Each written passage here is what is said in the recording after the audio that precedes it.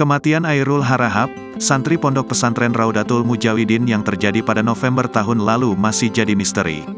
Hingga kini, polisi belum memiliki bukti yang cukup untuk menetapkan tersangka dalam kasus tersebut. Dalam konferensi pers, Kapolres Tebo AKBP Iwayan Arta Aryawan mengungkapkan pihaknya sudah memeriksa 47 saksi terdiri dari 36 santri, 9 pengurus pondok, 1 dokter klinik dan 1 dokter RSUD Sultan Taha Saifuddin Tebo. Terungkap, 2 minggu sebelum meninggalnya Airul Harahap, temannya sesama santri di Ponpes Raudatul Mujawidin melakukan penganiayaan terhadap korban. Kami sudah koordinasikan dengan ahli dan terkait dengan dugaan luka yang dialami akibat kejadian itu dan sudah ada saksi. Namun masih ada hal yang kami dalami terkait hasil autopsi akibat kejadian tersebut di korban. Apakah memang kejadian itu penyebab luka di korban? Kata AKBP Iwayan, Minggu, tanggal 17 Maret tahun 2024. Berdasarkan hasil autopsi, Kapolres mengungkapkan penyebab kematian Airul ialah adanya patah batang tengkorak dan pendarahan pada otak. Iwayan menjelaskan selama ini, pihak kepolisian telah melakukan olah TKP, pemeriksaan barang bukti dan melakukan pemeriksaan saksi dan saksi ahli dalam mengungkap kasus tersebut. Kasus itu juga telah mendapat asistensi dari Polda Jambi. Dan kami akan melaksanakan gelar perkara bersama dengan Direktorat Krimum Polda Jambi, katanya.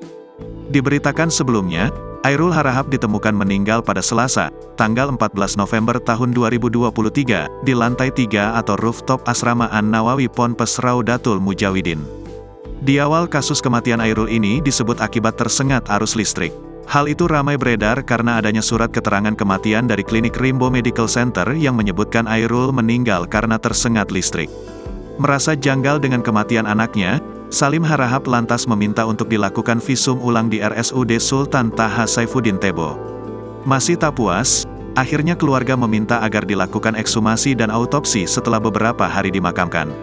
Hasil autopsi kemudian mengungkapkan penyebab kematian karena disebabkan benda tumpul dan adanya patah batang tengkorak dan pendarahan pada otak. Kasus ini semakin viral, karena orang tua korban melaporkan kasus ini kepada pengacara kondang Hotman Paris di Jakarta. Orang tua korban tampak sudah bertemu dengan Hotman Paris melalui unggahan di akun Instagram pengacara kondang itu pada kemarin, Sabtu, tanggal 16 Maret tahun 2024. Bahkan terlihat sudah 6 postingan yang diunggah Hotman Paris dalam media sosialnya menyoroti kasus itu.